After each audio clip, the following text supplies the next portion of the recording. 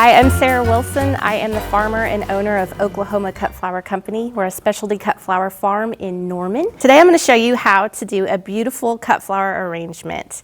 It's really simple and a lot of fun. You of course can put a bunch of flowers into a vase and it looks stunning, but there are a few things you can consider to make it more harmonious and more balanced, which makes it more fun to look at over the long run, and it actually keeps your flowers fresher in the vase for longer. So I'm going to show you how to do that. The first thing you have to keep in mind is the rule of thirds. All it means is that your bouquet to be well balanced requires 1/3 foliage, 1/3 a large bloom, and 1/3 accent blooms. That's all it takes. I'll show you how to get started. Now we use foliage as the base of our bouquet. It kind of gives it the weight and the balance. So we'll start with that. We'll take probably about 5 to 7 foliage stems. I like to work in odd numbers because it seems to be a better balance. We'll cut it to the size of our vase we want, but the first thing we need to consider is that we don't want any foliage or flowers under the water. The reason we don't want that is because it creates bacteria that will actually make your flowers fall apart faster in the vase. So we don't want that. We want them to stay nice and clean. So I'm going to strip those into my bucket here. Now, when you cut your stems for foliage, you want them at a slight angle so that they will intake water much easier. So we'll start with that. What I'm putting in your vase right now is basil, actually just common garden basil. We use it as a filler, not only because it's beautiful, because it gives your flowers a fresh and clean scent, and it just makes a more enjoyable experience. So I'm going to arrange these kind of loosely in the vase for you. You can see how that's already creating a nice base, and we'll build off of that. So we have our basic bed of foliage. Now we're going to put in our big blooms to kind of give it the base and the weight that we'll build off of. So I'm starting with these amazing marigolds. Aren't those beautiful? They are in their prime season right now. And marigolds are actually twofold. Not only are they beautiful and great to use in bouquets, but they are actually really beneficial for your garden because they deter bad pests and they create balance in your garden. We love marigolds for that reason. All right, we're going to put them in right here. And again, we're going to strip all of the icky stuff off off the stem, so that when it's in the water, it won't create bacteria growth. And I'm going to work in odd numbers on here as well. And how I kind of visualize this, it's like a grid. I just want to balance out all the big blooms so they're all equally covering the bouquet. Now, something I really love about marigolds is they have a lot of foliage themselves, so they really give a lot of life to the bouquet. You don't want too much foliage because it'll look kind of crowded and heavy, but this is a lighter foliage. It's got wisps, and so it kind of lightens up the mood a little. And you could just strip it with your hands, run your fingers down like that. Really easy. All right, so we have our orange ones, and we kind of want to let them flow and hang off the sides a little bit. I'm now going to balance it out with some yellow ones. Yeah, you don't want to just throw out all of this foliage if it's good, because it can help you build a compost pile that's really rich. Just give it a couple months, turn it a couple of times, and you've got some new soil you can work with. It's really nice. And you can already see those beautiful fall colors kind of popping out now. It takes on a life of its own. And I'm just going to kind of separate these here. So you can see I've kind of made a pattern here. They're alternating colors. This just gives you something fun to look at. It gives it a little bit of pattern and nuance, so that's really nice.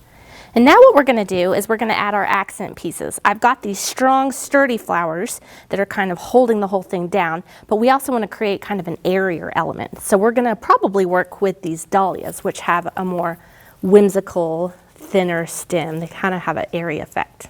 Dahlias love the end of summer. They've had all season long to make nice strong roots, and by the time the summer comes around, they're ready to show off. They're great in bouquets too, but they probably won't last as long as the marigolds, sadly. One of the reasons that I really love gardening is that you have to be present with it. Gardening is really good at distracting you from the things that are really kind of weighing you down. Not because there's so many tasks to do, but because you're just struck by the beauty and complexity of it.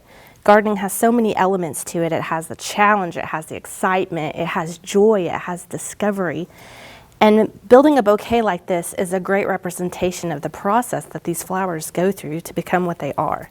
So I like to think of arranging with flowers as a mindfulness practice because it helps me really focus on the beautiful things, do something slow, and create joy for myself through color and creativity. I'm going to add some bigger ones here. Now, if you see some that are kind of old and icky looking, we'll just cut those off. Dahlias bloom in several stages, so their blooms all aren't active at once. Now, the act of gardening itself is also mindfulness because it's a process. You start from a tiny seed, you watch it grow, and then you have to cultivate it and make it healthy, give it exactly what it needs. And it kind of takes the pressure off ourselves because we're caring for something else, but we're also stewarding what's been given to us in nature, and it's just a beautiful way to give back for what we've been given.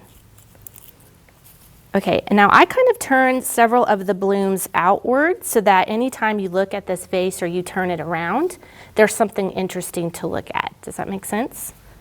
All right, and see, now I have a totally new angle.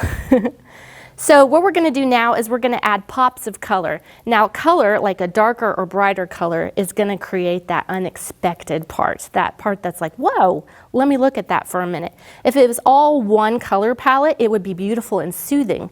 But if you have something that has pops of bright color and deep colors, it's really interesting and actually pretty exciting. So it's very stimulating for your mind.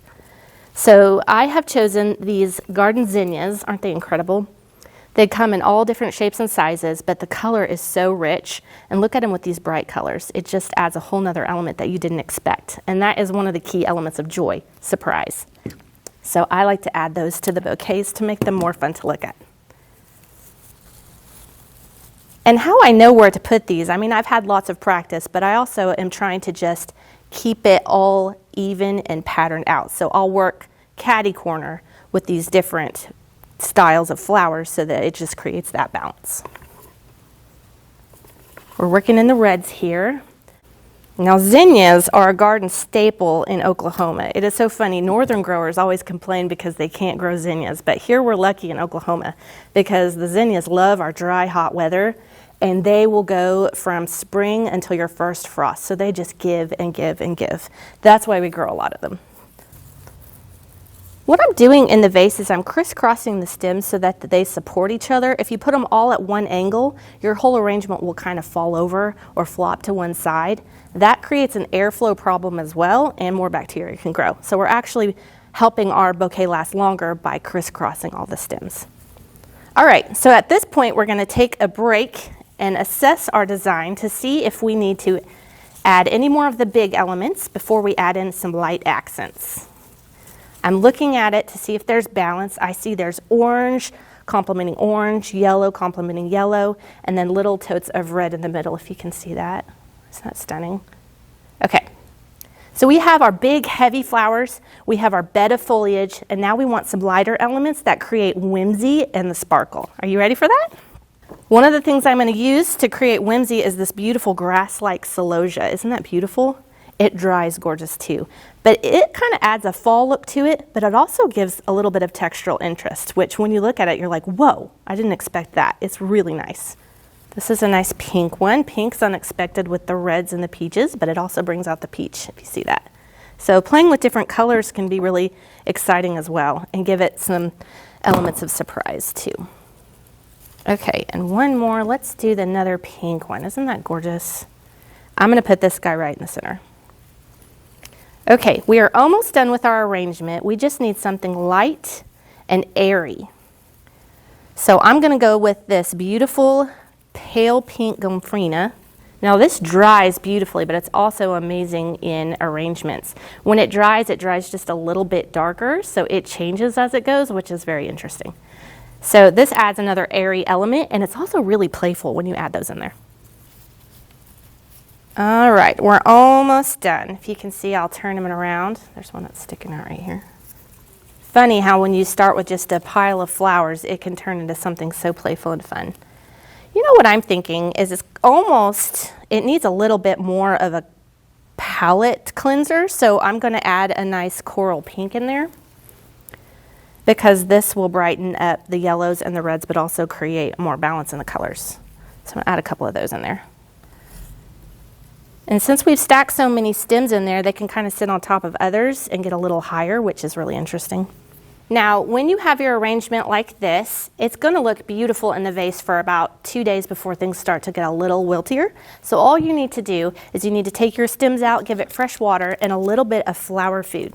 Now, people ask all the time if flower food is really worth it, but it is. As I said in the beginning, our goal is to keep bacteria out of the water so our flowers last longer. Flower food actually has an antibacterial ingredient in it. It's a biocide. So it kills the bacteria and keeps it clean, kind of like bleach in water. But it also has flower food, so it keeps your blooms brighter and fresher for longer. One other tip, other than changing out your water and adding food, is to keep your arrangement out of the sunlight. Keep it on a table or a cabinet away from the sunlight, and you'll have brighter, fresher blooms for longer. I hope this tutorial was easy to follow and encouraged you and inspired you to go out and create something of your own. Please check out our other tutorial videos on our YouTube page and the events page on our website. There's so much in store for you to explore and be inspired, and we'd love to see you again. Thanks.